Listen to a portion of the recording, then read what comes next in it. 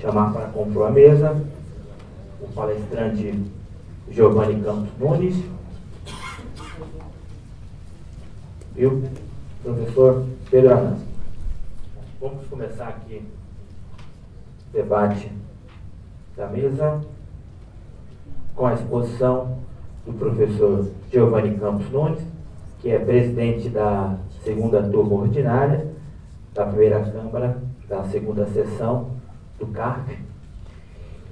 Giovanni é advogado também, formado em Direito e mestre em Direito Tributário pela Universidade Federal de Pernambuco.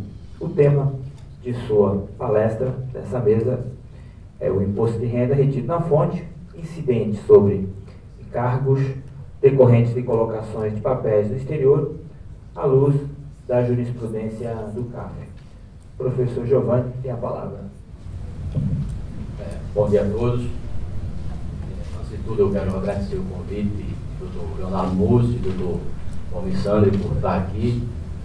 Saúdo aqui a mesa, do Dr. Marcelo, nosso colega de CARF, militamos junto na turma do qual sou presidente, e do Dr. Pedro Anans, que é também conselheiro da segunda sessão, e saúdo, obviamente, todos os aqui presentes. Acho que esse é um evento muito importante. Eu tenho uma visão, assim, digamos, muito positiva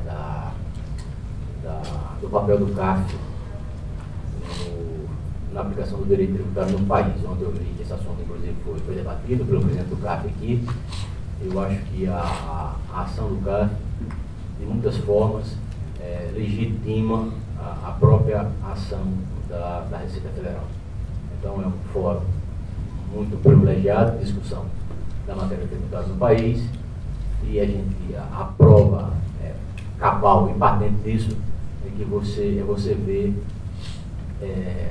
os debates e como a advocacia aflui ao CARF na defesa, e a Fazenda Nacional também, na defesa dos direitos dos contribuintes e da própria Fazenda Nacional. Marcelo, à vontade, pode ir. Então, eu vou me dirigir ali para o público. Bem, aí está um breve sumário do assunto que eu trouxe para vocês.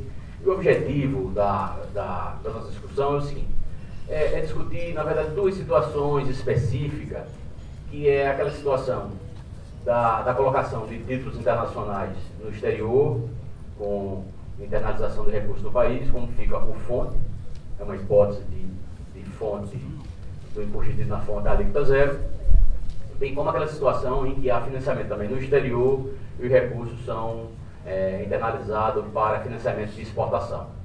Então são esses dois pontos que eu vou trazer para vocês, e vou trazer aqui uma casuística sobre isso. Então, a apresentação está dividida em quatro pontos. Vou falar um pouquinho sobre a importância do tema, como esses dois benefícios têm evoluído na legislação brasileira, pelo menos desde o final dos anos 60 e 70. Vou transcrever também aqui para contextualizar a legislação que hoje está vigente. E, por fim, vou trazer alguns casos julgados no CARF, especificamente 7 casos, e rapidamente falaremos sobre os pontos mais interessantes. É um assunto que tem muito expressivas discussões no CARF, e, inclusive, recentemente teve um julgado, digamos, paradigmático no âmbito da Câmara Superior de Recursos Fiscais, que vou mostrar a vocês também. Bem, em termos de importância do tema, eu só lembro que o Brasil era e ainda é um importador líquido de capitais. Então, apesar daquelas reservas cambiais de 400 bilhões de dólares, não se iludam que o Brasil, a cada ano, é obrigado a importar liquidamente para fechar a sua balança de transações correntes, pelo menos esse ano, algo como 50 bilhões de dólares. Ou seja, a cada ano tem que vir para o país, quer por empréstimo, quer por investimento direto, algo na ordem de 50 bilhões de reais. Isso é um dado de 2012 e foi um pouco menos em 2011. Ou seja, as empresas brasileiras se financiam no exterior atualmente muito fortemente, e essa entrada de recurso no país e o imposto de renda que incidirá sobre os juros quando da expatriação desses juros pelo pagamento dos encargos dessas operações, o fonte é uma questão muito importante para definir, digamos assim, até a viabilidade econômica e financeira entre tomar um recurso no exterior e tomar um recurso dentro do país. Nessa questão, há uma atuação combinada da Receita Federal do Brasil e do Banco Central. Então, seguidamente, em todas essas operações, você tem a presença da autoridade cambial, no caso do Banco Central, em pareceres. Normalmente, os processos surgem dentro do Banco Central, vão para a Receita e, eventualmente, com autuações fiscais. Ou seja, há uma atuação combinada desses dois órgãos e que nós vamos ver como ela se processa. E como esse lançamento de títulos e financiamentos, em regra, são muito vultosos, então, quando há autuações fiscais, há, de fato, autuações de forma muito elevada. Os valores das autuações são muito vultosos, o que termina gerando suscita dentro do CAF importante debate sobre essa matéria. Bem, como falei, aqui eu vou enfocar com vocês dois aspectos. A questão do lançamento de títulos internacionais no exterior e o financiamento de exportação a partir de empréstimo tomado também no exterior. No caso dos títulos internacionais, especificamente, desde 1974, o CMN, o Conselho Monetário Nacional, atendendo os interesses da política financeira e cambial do país, autorizava a redução do imposto de renda retido na fonte sobre os encargos, inclusive juros, desses financiamentos. Então você vê que é algo antigo, na verdade, pelo menos do levantamento que fiz, então a matéria vem pelo menos desde 74, certo?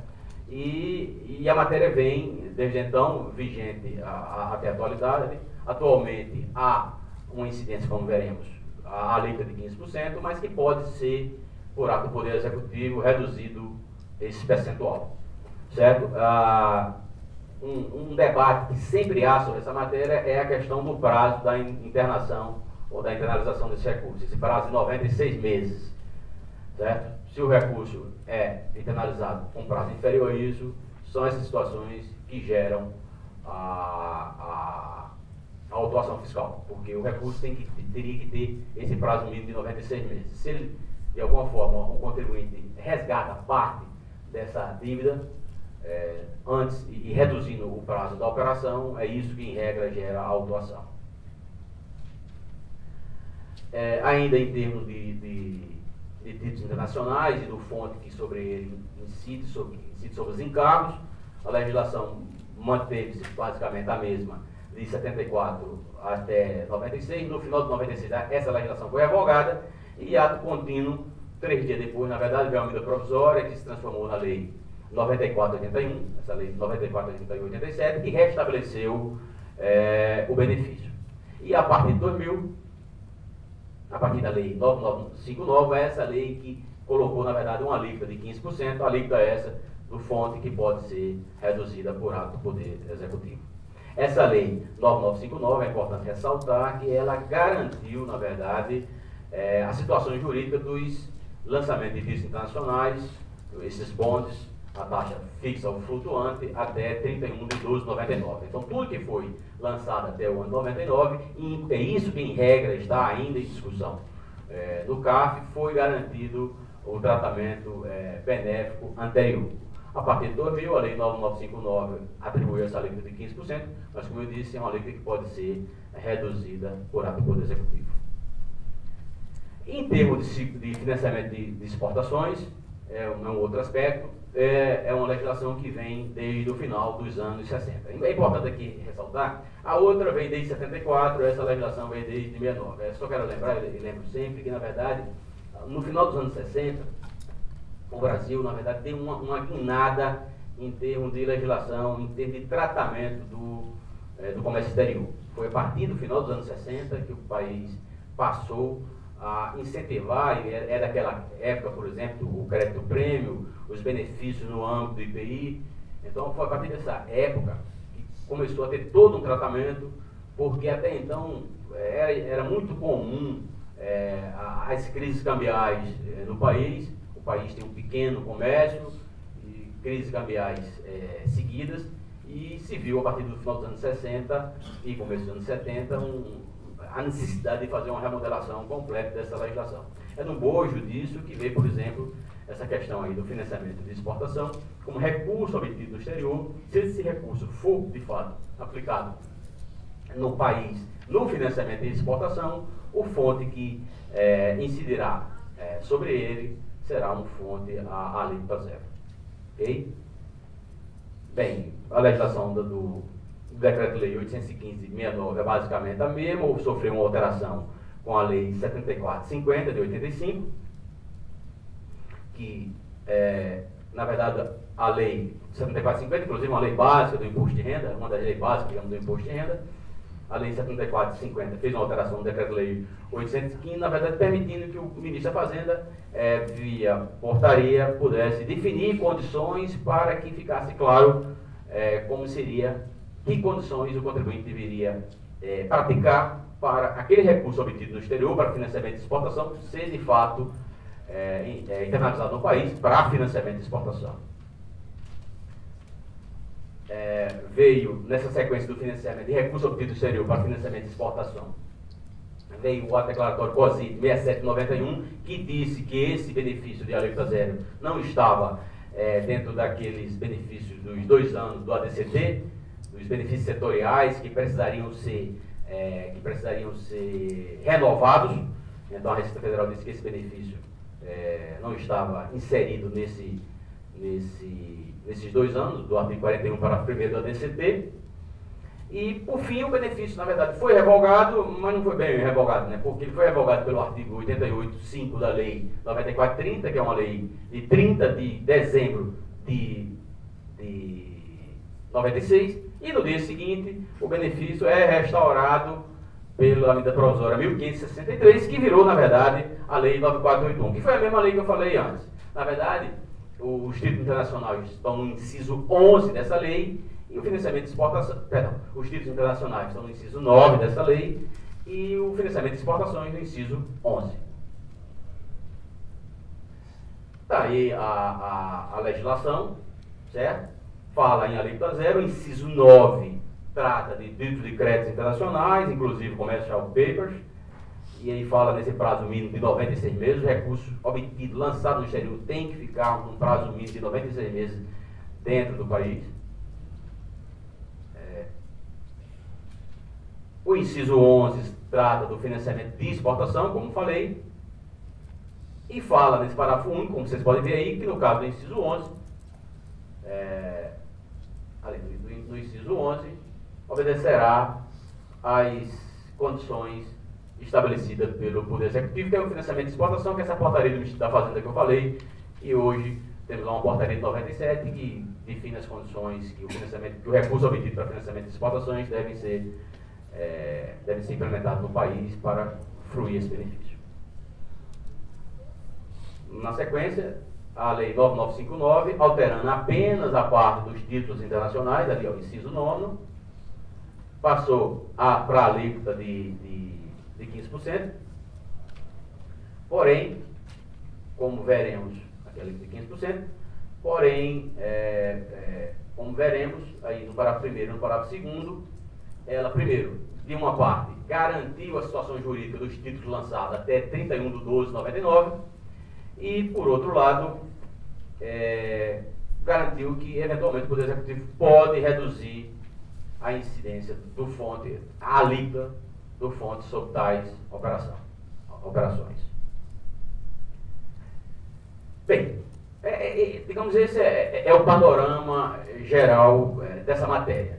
É o panorama geral. São 2 pontos, são financiamentos obtidos no exterior, que é para financiamento de exportação, e aí tem que ser efetivamente utilizado no financiamento de exportação, que é no país, que é títulos internacionais em colocações públicas ou privadas, a taxas fixas ou flutuantes, e esses recursos devem vir para o país, ficar, digamos, num aspecto de quarentena, e depois, se permanecer o recurso dentro dessa quarentena, os encargos dessas operações, o fonte sobre ele será alíquota zero.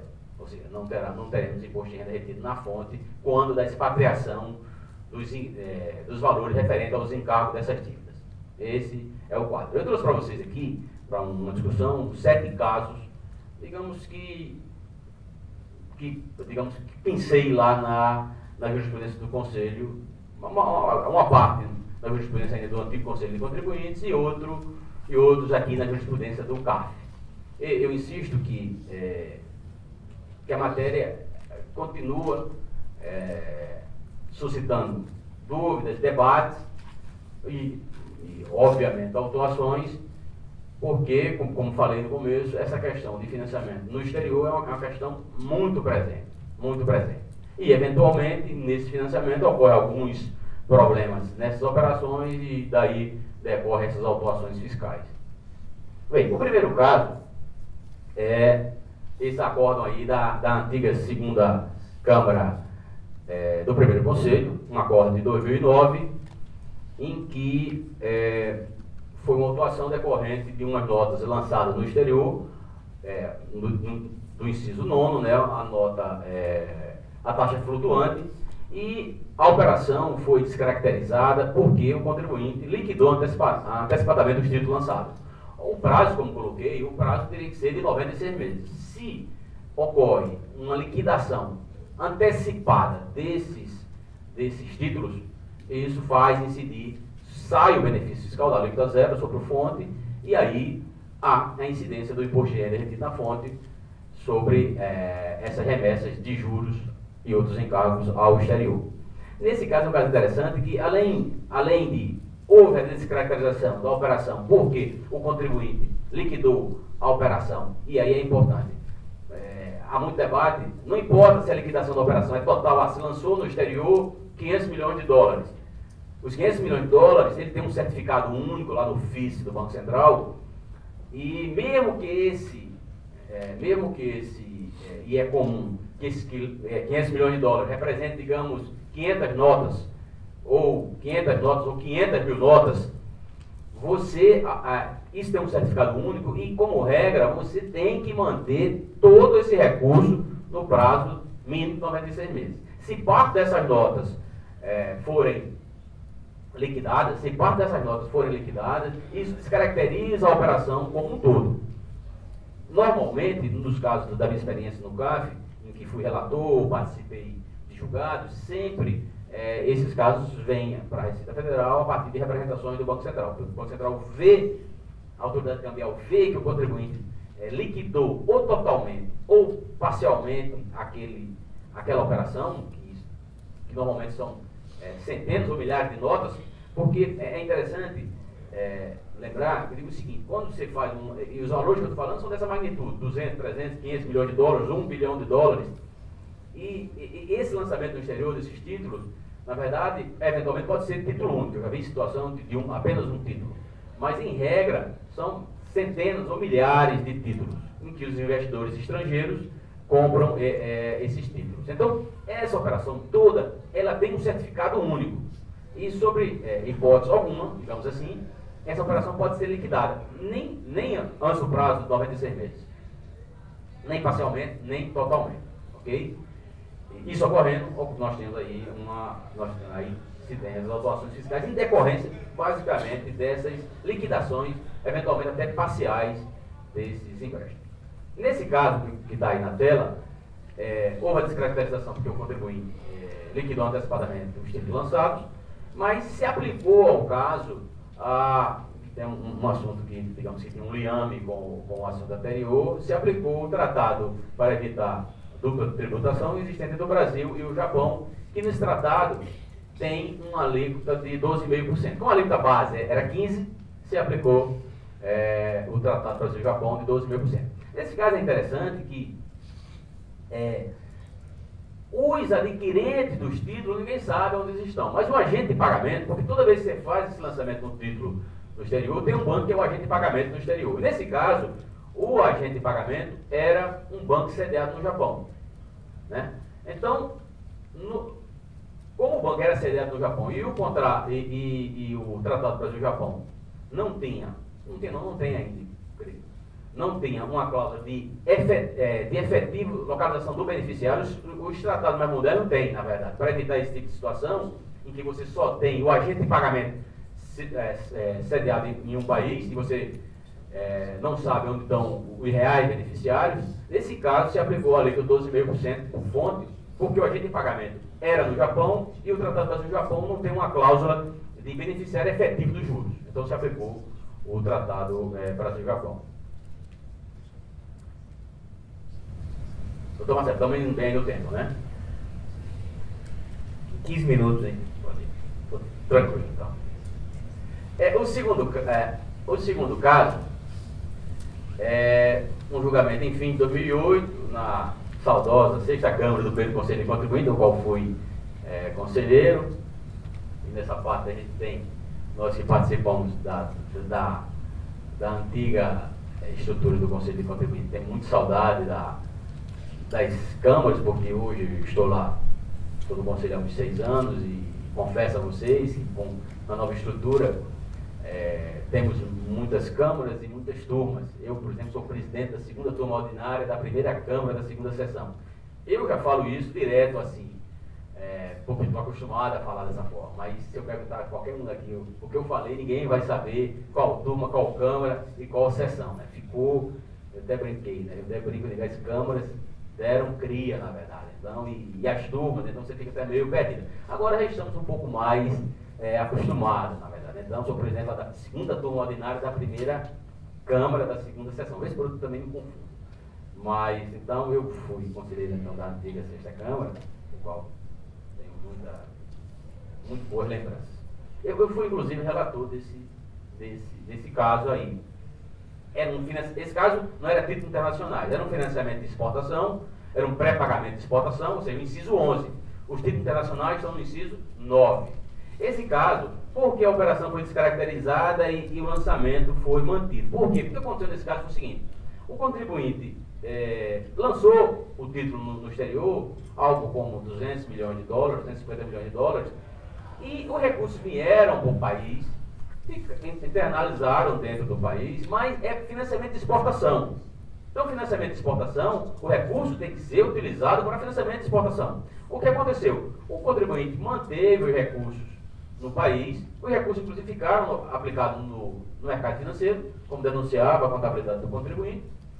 Ao final do período, era uma operação de 2 anos, o contribuinte foi simplesmente comprou as performances de exportação de um tradicional exportador, ou seja, porque inclusive nesse caso o contribuinte sequer era exportador, porque é uma concessionária pública do segmento de energia elétrica. Até onde eu saiba, concessionária pública de energia elétrica, em regra, não exporta nada, exceto energia, eventualmente, se vender aí para um país vizinho, na verdade, né?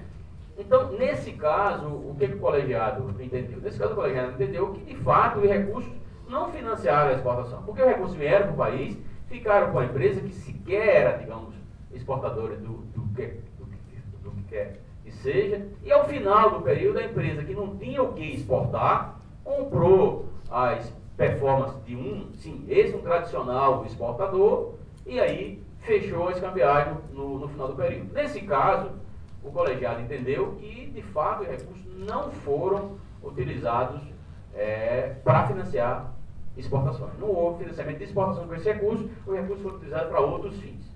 E aí, nesse caso, o lançamento foi mantido. O caso 3, esse caso 3 é o seguinte.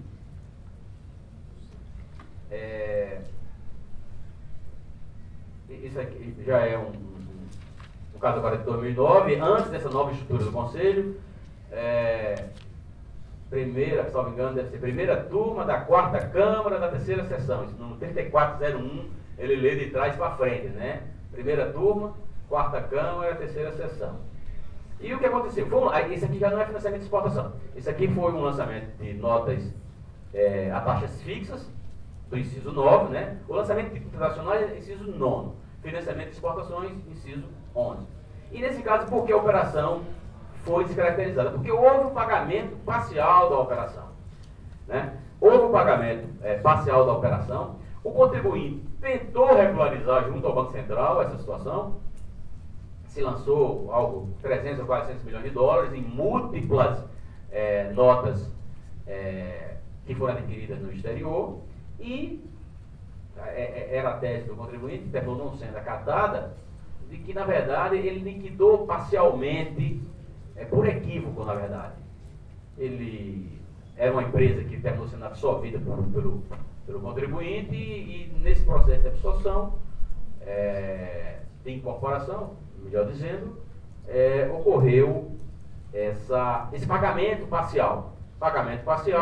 E quando pagou-se parcialmente uma fração, algo como uma fração pequena, pelo que vi no voto, algo com 3 ou 4% dos títulos, mas descaracterizou a operação, porque, como eu falei, esse lançamento de títulos internacionais, de notas fixas ou flutuantes, é um certificado único lá no FICE do Banco Central. E aí o Banco Central não está descaracterizado, ele tentou regularizar, não conseguiu no Banco Central, o Banco Central representou para a Receita e houve a autuação, e nesse caso também se entendeu que a Câmara entendeu que seria a turma, né? A turma entendeu que estava descaracterizada a operação, o prazo, que não era mais 96 meses, ficou abaixo de 96 meses, e como tal deveria incidir o imposto de renda retido na fonte, e nesse caso também se aplicou o Tratado Brasil-Japão, não se aplicou a alíquota de 15, mas a alíquota de 12,5, como falei no primeiro caso, porque o agente de pagamento, nesse caso, também estava localizado no Japão, desses títulos. O caso 4, um caso bastante interessante. Esse caso 4 foi na turma que eu sou atualmente presidente dela, que é a segunda turma ordinária, como eu falei de trás para frente, aquele 2102 que começa lá. Segunda turma ordinária da primeira Câmara da segunda sessão. Certo?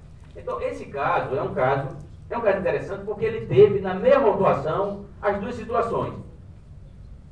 O lançamento dos eurobônus, ou seja, dos títulos no exterior, e o pré-pagamento de exportação. Ou seja, foi uma situação em que houve a incidência do artigo 1º do inciso 9º e 11, que é uma coisa rara. Em regra, ou é inciso 9º, títulos internacionais, ou é inciso 11, financiamento de exportação.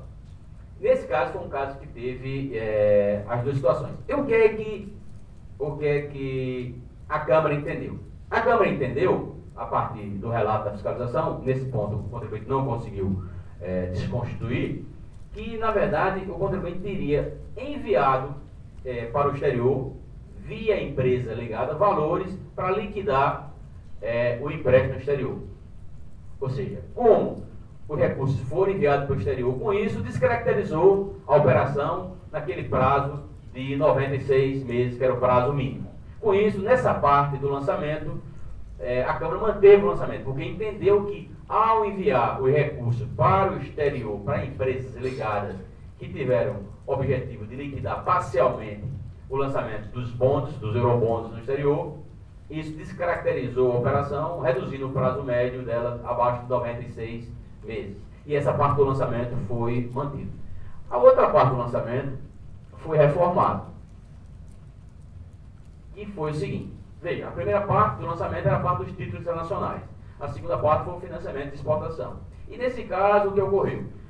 Para financiamento de exportação, se buscou recurso exterior, não esses títulos. Os títulos é a primeira operação, que foi mantido pela Câmara, porque se entendeu que a empresa tinha enviado recursos para empresas ligadas no exterior, com o objetivo de liquidar parcialmente os títulos que foram lá lançados. Mas, nessa atuação, também tinha financiamento de exportação. Tinha um mútuo que a empresa tomou no exterior para financiamento de exportação. E, nesse caso, a turma entendeu que o lançamento não deveria ser mantido. Por quê? Apesar dos recursos que foram lançados no exterior terem sido internalizados no país, ficaram no país e ficaram, como está dito aí, foram utilizados recursos para resgate de debêntures e pagamento de reembolso de ações. Ora, se for para pagamento de debêntures e reembolso de ações, não seria, em tese, para financiamento de exportação. Porém, o contribuinte é, digamos assim, um tradicionalíssimo exportador do país. Então, o que a Câmara entendeu a partir das razões recursais levantadas? Que, na verdade, como é dinheiro e é bem fungível, na verdade, o fato daquele recurso ter sido utilizado nesse fim que está aí, evitou que a empresa utilizasse recursos outros para esse mesmo fim. Recursos outros que foram para financiar a exportação. Então, esse caso é interessante porque, na verdade, a situação do contribuinte ser um tradicional, digamos, exportador, pesou favoravelmente na descaracterização dessa parte da operação. Porque se viu que, pela fungibilidade do dinheiro, é o bem fungível por natureza, se o recurso que foi utilizado para resgate de debêntures e pagamento de recursos e ações foi para esse fim, porém, se não fosse, nada impediria da empresa ter pego recursos que estão no país, ter utilizado nesse fim aqui e ter pego o empréstimo para financiar a exportação. Então, com essa inteligência, baseada fortemente no fato do contribuinte ser um tradicional exportador, a Câmara entendeu que essa parte do lançamento não deveria prosperar. O caso quinto é um caso também interessante, é um caso antigo da antiga Sexta Câmara, mas que traz uma questão interessante. É o lançamento de títulos internacionais, uma nota flutuante lançada no exterior em colocação privada. É importante aqui esse aspecto. Esses títulos podem ser colocados no exterior em colocações públicas, abertas aos demais investidores, com aqueles prospectos de lançamento no exterior, ou colocações privadas, em que, na verdade, um ou outro investidor do exterior compra. Certo? E, nesse caso, a fiscalização entendeu que se tratava de empréstimo contínuo no exterior, exigindo não um prazo de 96 meses, mas de 15 anos, que é uma das hipóteses do artigo 1º, porque é a hipótese 8ª. Se for empréstimo obtidos no exterior, o recurso deve ficar 15 anos no país para fruir a alíquota zero. Nesse caso, a leitura que fiz dessa acordo, eu acho que o que pesou na compreensão da fiscalização foi o fato de ter sido uma colocação privada e com o título comprado no exterior por uma empresa ligada à empresa nacional. Uma grande multinacional, uma empresa ligada, comprou esse título no exterior, foi uma colocação privada. E isso pesou a tentar a transparecer essa situação, não como um lançamento de títulos, mas como um empréstimo intercompanhia, e como tal, o recurso não deveria ficar só 96 meses, mas 15 anos, que é a hipótese do inciso 8º. Porém, a Sexta Câmara, na época, entendeu que, como o Banco Central não descaracterizou a operação, entendeu que a operação, de fato, era um lançamento de bônus no exterior, e que cumpriu-se esse prazo de 96 meses, que essa operação não deveria ser descaracterizada. E essa qualificação jurídica do Banco Central pesou fortemente na compreensão da Câmara, e a Câmara, nesse ponto, reformou o lançamento. O caso 6, estou indo para o final, assim que é tranquilo.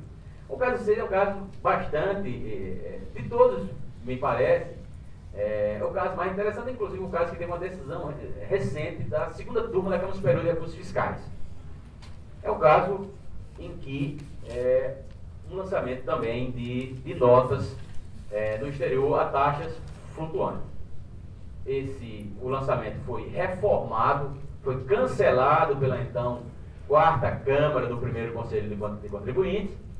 A Fazenda Nacional entrou, o Procurador da Fazenda Nacional entrou com um recurso especial, e o recurso especial foi julgado recentemente, agora em agosto de 2012, no qual o doutor Pedro Anan, que é o debatedor dessa parte do fórum, fez parte do julgado e certamente poderá fazer como julgador no dia lá da sessão, que julgou esse caso, na Câmara Superior, poderá trazer novos subsídios, além do que eu anotei aqui. Na verdade, a operação foi feita o seguinte: uma empresa do segmento de energia, naquele processo de privatização das empresas de energia no Brasil, nos anos 97 e 98, a empresa criou duas subsidiárias, tinha duas subsidiárias no exterior, fez o lançamento dos títulos no exterior, os títulos foram comprados pelas duas subsidiárias, e as subsidiárias, na verdade, o que as subsidiárias fizeram? Uma subsidiária não tinham capital para comprar esses títulos, era um lançamento de US$ 1 bilhão. As subsidiárias se financiaram no exterior em empréstimo de curto prazo, que é digamos, um apoio naquela época, e em regra é uma prática comum. Se você verificar essas grandes operações de aquisição de ativos, eu falo uma operação recente, quase 5 anos atrás, por exemplo, a Vale, quando comprou aquela canadense Inco. Quando a Vale comprou uma operação de US$ 17 bilhões, relatos que vi, foi exatamente isso, uma situação desse tipo. A Vale, para comprar, fazer esse aporte, buscou naquela oportunidade uma série de financiamentos de curto prazo, né, para fazer o aporte e comprar a companhia, e depois ela abasteceu o prazo desse empréstimo, para que não parece que alguém possa suportar pagar de plano uma aquisição de US$ 17 bilhões. Nesse quadro das proporções, foi basicamente mais ou menos isso que ocorreu. A empresa brasileira tensionava participar do processo de privatização das elétricas, era um investimento de US$ 1 bilhão, lançou o título no exterior, e as subsidiárias compraram da seguinte forma: antes de comprar, as subsidiárias conseguiram empréstimo de 1 ano, empréstimo de curto prazo, no valor desses títulos, e adquiriram esses títulos, e os recursos foram internalizados no país. Ok? Bem, e aí o que aconteceu? Bem, pessoal, um pouco mais de tempo, lembra que o ano de 99 foi um ano complicado no Brasil. Foi aquele ano que teve a crise russa no final de 98, o Brasil teve uma grave crise cambial em janeiro de 99, para quem me lembra. E o que o contribuinte argumentava nesse caso era o seguinte: quando eu lancei os títulos no exterior, minhas empresas que compraram esses títulos, elas tinham empréstimo de curto prazo. Os credores do exterior exigiram que as empresas tivessem um aumento de capital. O que a empresa nacional fez?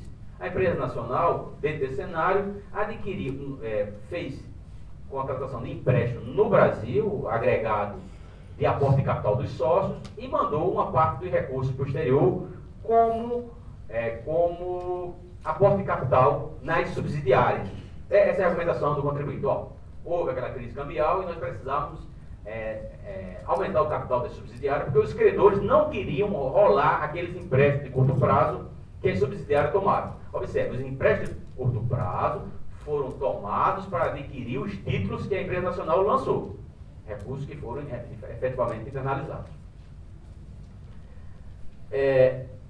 Quando ocorreu quando a empresa nacional se viu obrigada a expatriar parte de recursos para aumentar o capital das subsidiárias por exigência dos credores externos, o Banco Central entendeu que aquela expatriação de capital era uma liquidação parcial do lançamento dos títulos do US$ 1 bilhão. E aí cancelou a operação, o contribuinte recorreu do Banco Central, e o Banco Central reformou sua posição e manteve o certificado da operação. Ok? Desse cenário, o que é que a Câmara, então, a quarta Câmara do primeiro Conselho de Contribuinte entendeu? Ela entendeu o seguinte: olha, a empresa nacional lançou os títulos no valor de US$ 1 bilhão no exterior, comprado pelas duas subsidiárias. As duas subsidiárias, antes de comprar os títulos, tinham esses empréstimos de curto prazo. Certo? Posteriormente, quando a empresa nacional fez o aporte no ano seguinte nas subsidiárias por exigência dos credores, é uma argumentação plausível. Tudo associado ao fato do Banco Central não ter descaracterizado a operação. Então, o fato do Banco Central não ter descaracterizado essa operação, ou seja, o fato da empresa nacional posteriormente enviar recursos para aumentar o capital das subsidiárias, na visão do Banco Central, isso não descaracterizaria a operação, porque a operação continua existindo. Então, o fato da qualificação jurídica dessa operação pelo Banco Central pesou forte na compreensão da quarta Câmara, que cancelou o lançamento. A Fazenda Nacional recorreu para a Câmara Superior e agora, em agosto, depois de sucessivos adiamentos, a segunda turma da Câmara Superior negou o provimento ao recurso da Procuradoria da Fazenda, entendendo que efetivamente o lançamento não poderia prosperar. Ou seja, que a argumentação do contribuinte, de fato, pelo fato de que o Banco Central não descaracterizou a operação, pelo fato de que era plausível a necessidade de fazer aquele aporte de capital naquele ano de 99, nas subsidiárias, com essa inteligência a Câmara manteve o entendimento da quarta Câmara, reformando, cancelando o lançamento. E o último caso, é o último mesmo, fiquem tranquilos. É um caso interessante que também é do inciso 9, mas ele traz, e a gente foi à quarta Câmara, ele trouxe um entendimento um pouco diverso do que eu coloquei aqui no começo. Eu falei, é comum o lançamento de centenas de títulos. A operação é única, sei lá, 100 milhões de dólares. Podem ser 100 títulos. É assim, 100 milhões de dólares, 100 títulos de $1 milhão, ou 1000 títulos de 100 mil dólares, ou 100 mil títulos de $1000. A operação com múltiplos títulos são assim. Nesse caso, a quarta Câmara teve um entendimento diverso, entendendo que a liquidação parcial, só sobre essa parte que foi liquidada parcialmente, era que haveria incidência do fonte sobre os encargos daquela parte liquidada. A parte que não foi liquidada, deveria auferir o benefício da alíquota zero do fonte. Esse é o único caso na jurisprudência do CARF que eu encontrei com essa inteligência. Porque a regra é o seguinte, na hora que há o pagamento parcial desses títulos, mesmo que parcial, o entendimento é que, os exemplos que eu coletei no CARF e no Conselho, é que o Banco Central descaracteriza a operação, o que termina combinando com as autuações fiscais e pelos precedentes que eu mostrei aqui, outros, na verdade, esse lançamento dessa forma tem sido mantido no CARF. Esse aí foi uma exceção. E para concluir, nessas duas situações, a leitura que eu posso tirar disso, nós começamos dizendo, ó, esse é um segmento que tem uma atuação combinada da Receita Federal do Brasil e do Banco Central.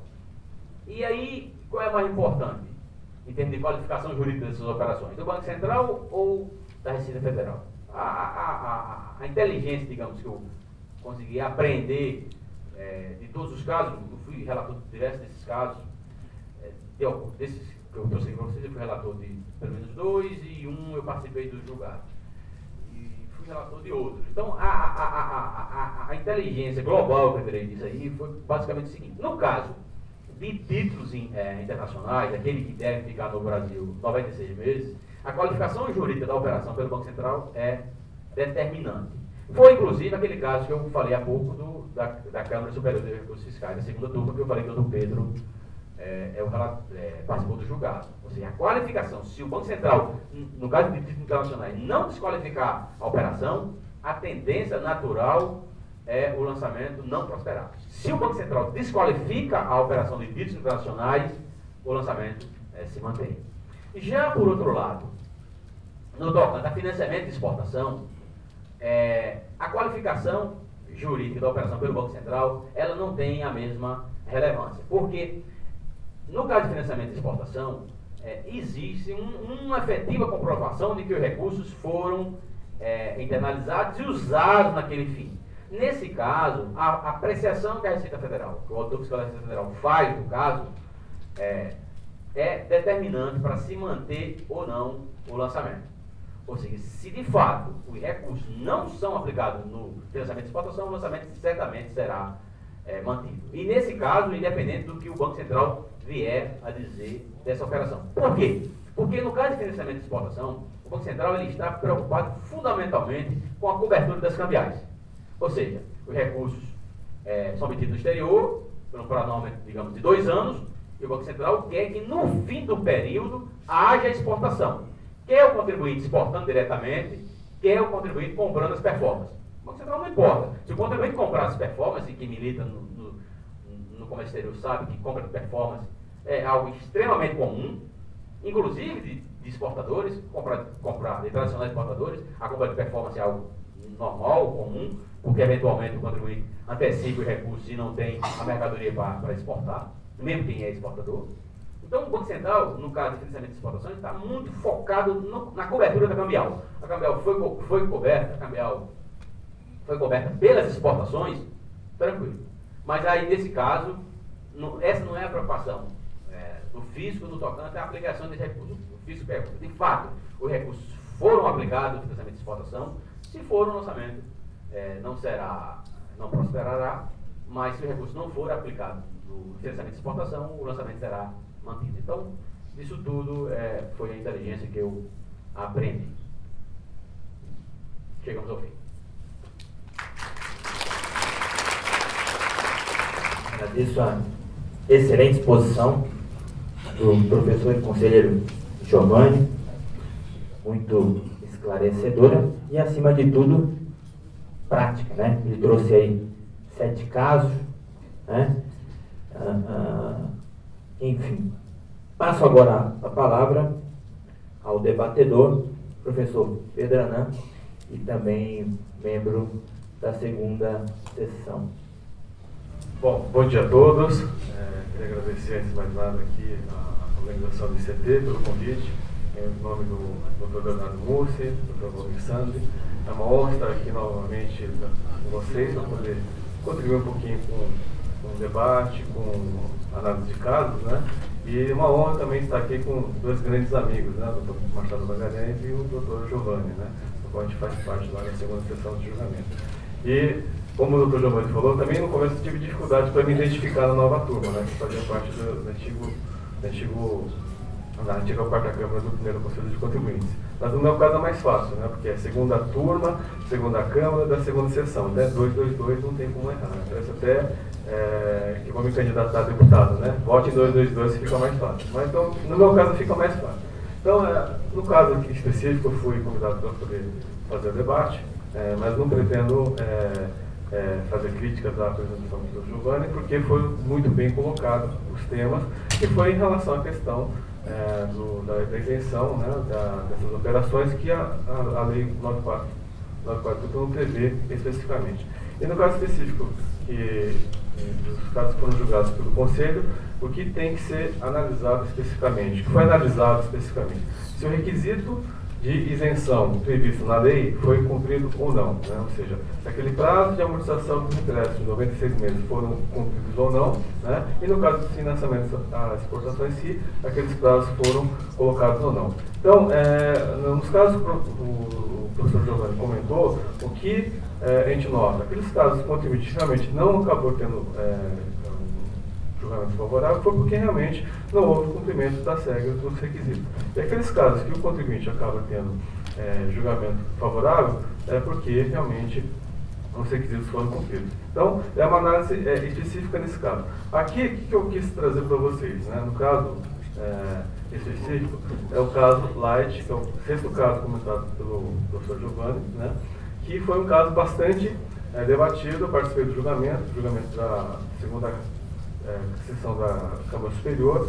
O julgamento ele teve 8 pedidos de vista, teve 3 pedidos de adiamento, ou seja, ele durou quase um ano para poder ser julgado. Porque a matéria realmente era bastante controversa, havia muitas questões para serem analisadas, muitos detalhes para serem analisados, para depois de chegar na conclusão do julgamento que acabou ocorrendo agora em agosto de 2012. Então, como é basicamente a estrutura da operação que foi efetuada pelo contribuinte, que foi adiantado pelo professor Giovanni. Então, a Light, ela em 1997-98, ela precisava participar da privatização da Eletropaulo, só que ela não tinha recursos para poder fazer a aquisição do controle da Companhia Energética de São Paulo. Então, o que ela fez? Ela fez toda uma operação societária de captação de recurso exterior, utilizando recursos estrangeiros. Então, ela criou 2 subsidiárias no exterior, no caso, NVI, a LOI e a LIR. Essas empresas captaram recursos no mercado internacional, por características de mercado, foram operações de curto prazo, que eram renovadas a cada 12 meses, a cada 6 meses, né, por questões de prática de mercado. E esses recursos foram trazidos para o Brasil, para a Light, através de operações de 96 meses. No caso, Fixed Rate Notes e no caso, empréstimos de 96 meses. E esse recurso foi utilizado para fazer a aquisição da Eletropaulo aqui em São Paulo. Tá? Posteriormente, em 1999, o que ocorreu? Crise cambial, crise internacional, né, os credores internacionais precisando de recursos para poder quitar suas operações lá fora, exigiram da Light a quitação dos empréstimos e das operações exteriores. Então, o que a Light fez para poder honrar as operações exteriores? Ela junto aos investidores, seja o seu acionista lá fora, seja investidores aqui no Brasil, ela captou os recursos via aumento de capital, emissão de ações, via captação de debêntures. Esses recursos foram utilizados pela Light, né, remetidos para o exterior através de aumento de capital e com esse recurso no seu caixa, a LOI e a LIR fizeram o pagamento dos seus ingressos lá fora. Então essa, em síntese, seria a operação que foi efetuada pelo contribuinte. Aí o que acabou acontecendo? Essa operação passou sob fiscalização do Banco Central do Brasil. O Banco Central do Brasil achou a operação meio estranha, né?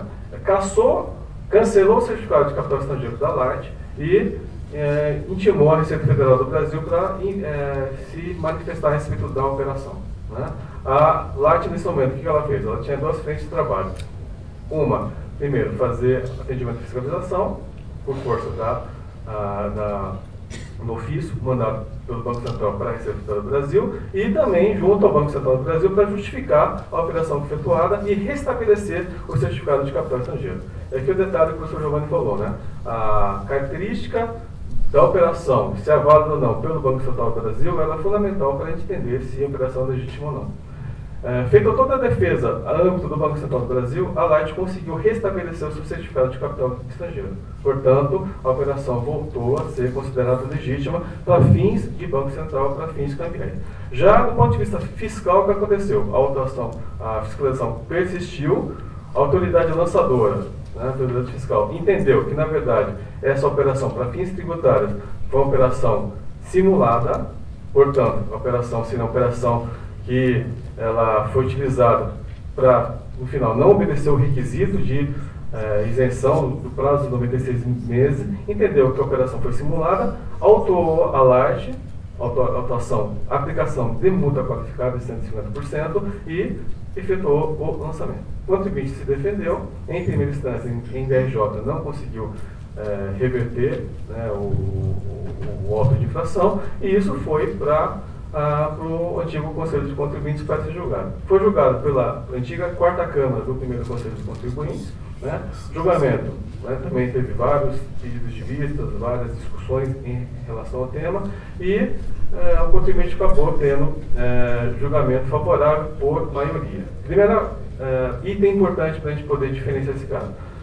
No caso, houve desqualificação de multa pela antiga 4ª Câmara do primeiro Conselho. Essa desqualificação da multa foi unânime, porque todos entenderam que não era hipótese de simulação, que a operação estava bem clara, toda declarada, toda contabilizada, toda registrada. Não houve intuito de esconder algo nessa operação, portanto, a Câmara, por unanimidade, desqualificou a multa. E ficou a questão, né, da operação numérica. E no mérito, por maioria, no caso foi 6-2, né, foi 5-3, 3 conselheiros entenderam que o recurso não teria procedência, mas a maioria entendeu que o contribuinte tinha razão, porque como o recurso que foi utilizado para entrar no Brasil foi utilizado para adquirir a Eletropaulo, né, não foi o mesmo recurso que voltou lá para fora.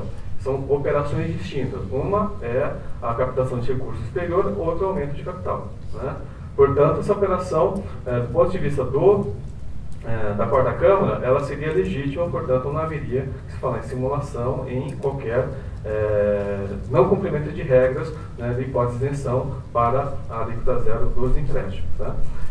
A Procuradoria da Fazenda Nacional, depois da formulação do acordo, no caso, o conselheiro relator foi o conselheiro Nelson Malman, né, voto muito bem fundamentado. A Procuradoria entrou com recurso especial esse que foi admitido, né, e houve todo o debate na Câmara Superior. Na Câmara Superior, o julgamento foi 5-3, não, foi 6-4, né, foi por maioria, né, a corrente que entendeu que o contribuinte não tinha razão, entendeu que o fato do Banco Central entender se a operação legítima não é irrelevante, porque é uma questão tributária, não é uma questão cambial, então o Banco Central se presta para analisar questões cambiais e a Receita Federal do Brasil vai analisar questões tributárias.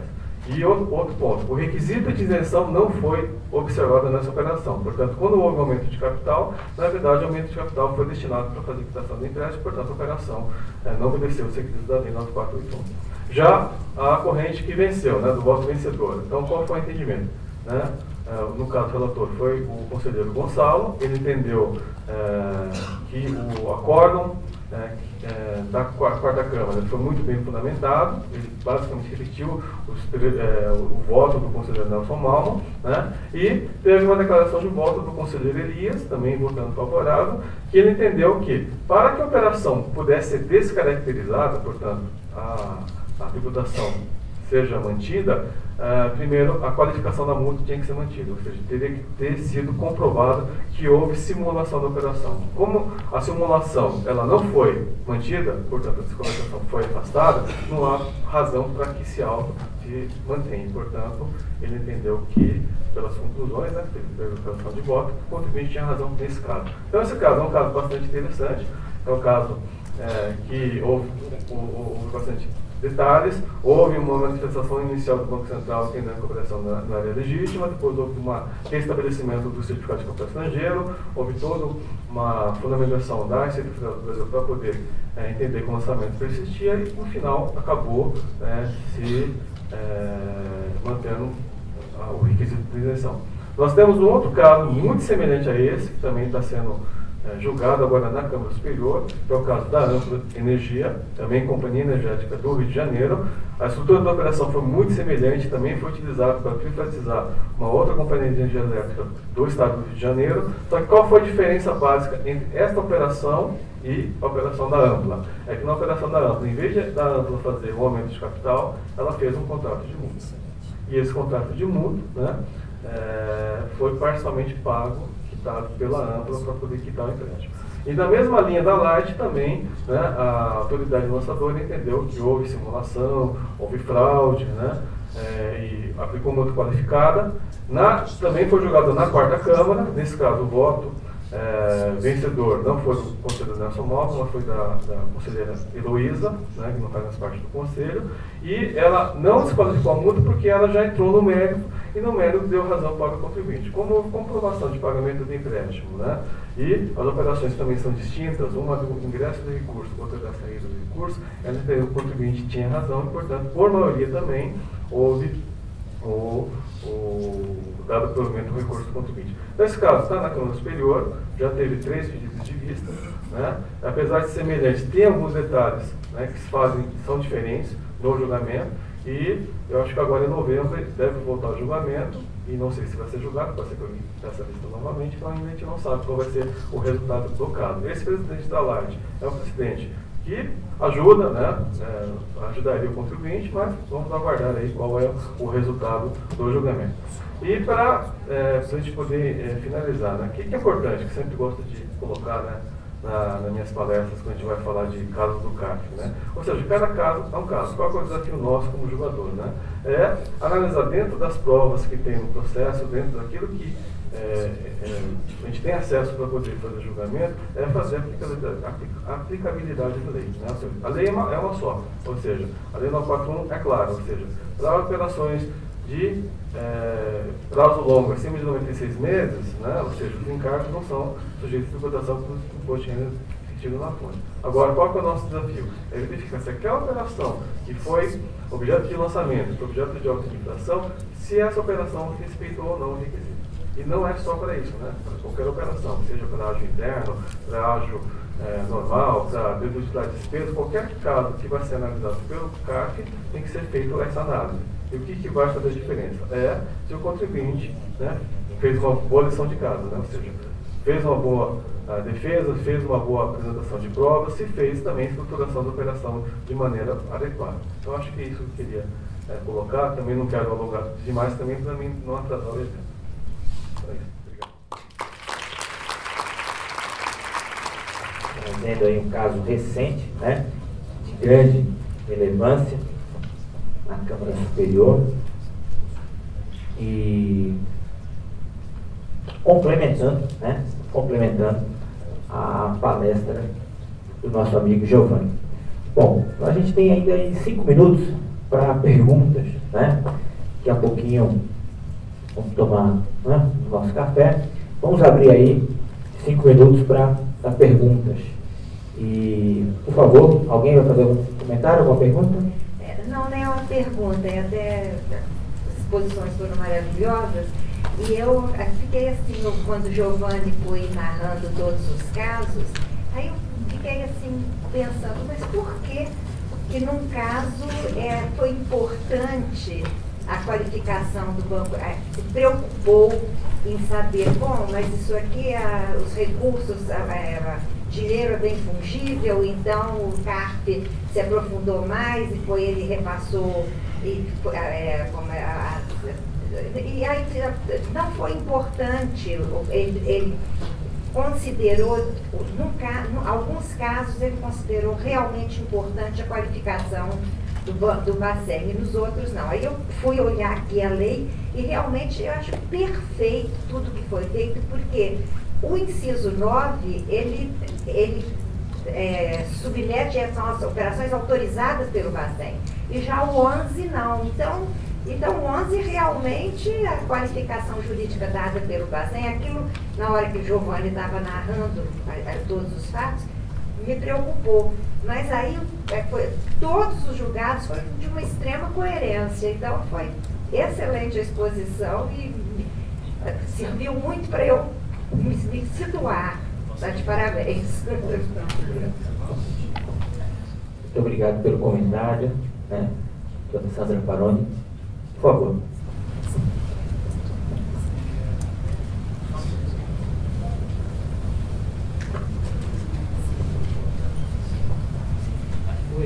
Bom, eu concordo com tudo que foi dito, inclusive pela Sandra, só lembrando que a definição do pré-pagamento de exportação é dada pelo Bacen, inclusive está em uma regulamentação muito recente, acho que no primeiro semestre desse ano, mudando o conceito de pré-pagamento de exportação, estabelecendo que ele pode ter no máximo prazo de 1 ano e precisa necessariamente ser feito pelo beneficiário, pelo destinatário das exportações. É claro que a Receita está autorizada a fazer a análise da utilização dos recursos para financiamento da safra, ela tem essa autonomia, mas é evidentemente que a definição do Bacen, a classificação do Bacen sobre a qualidade do recurso, ela é relevante, ela é muito importante. É aquilo que eu falei. No caso, o Banco Central, no caso de financiamento de exportação, ele sempre está muito focado na cobertura da cambial, ou seja, na exportação do produto ao final do período. Essas operações de pré-pagamento têm forte impacto no mercado cambial, no valor inclusive da divisa, da real versus dólar. Então, esse tipo de obtenção de recursos de pré-pagamento sem a cobertura do cambial é uma preocupação muito antiga do Banco Central. Quem pega os livros de Eduardo Fortuna sobre o mercado de capitais, quando ele era bem fininho, hoje está cada vez mais grosso, já falava das operações jacaré, então é uma preocupação, e os prazos mudam, né? Mas, como disse, no caso de financiamento de exportação, na leitura que faço da legislação, que a doutora Sandra colocou, e dos paradigmas que eu trouxe aqui do CARF, na verdade, há uma maior, digamos, ação do fisco para, de fato, verificar se os recursos foram utilizados no financiamento de exportação. Ou seja, não basta simplesmente buscar o recurso, cobrir a cambial no final do período, comprando uma performance. Os recursos têm que ser, sob pena de aceitar dessa forma, descaracterizar o fim da lei. O objetivo é o financiamento de exportação. Aceitar que qualquer empresa que sequer é exportadora busque tais operações, tragam os recursos no final do período, compre as performances de exporte, você vai fugir ao objetivo da lei, que é recurso com um fim específico, como eu coloquei, vem desde 69, que é para financiar o mercado exportador e não recursos que devem ser a ser utilizados para fins outros. Mais alguma pergunta? Eu acho, inclusive, que a definição da observação recente vai nesse sentido. Na medida em que ele obriga que o destinatário da mercadoria seja o mesmo que financia a safra, ele simplesmente está realmente reforçando esse entendimento de que os recursos necessariamente têm que ser utilizados para a safra, para a produção. Maravilha. Última pergunta, mais algum comentário? Não? Bom, até pelo adiantado da hora, eu antes gostaria aqui de agradecer o convite que me foi feito ao Dr. Valmir Sander e o Leonardo Moço, né? É uma honra estar num evento desse nível, presidindo mesmo, né? Desse nível também. Agradeço bastante. E vamos para o café, e dou por encerrados os trabalhos dessa mesa.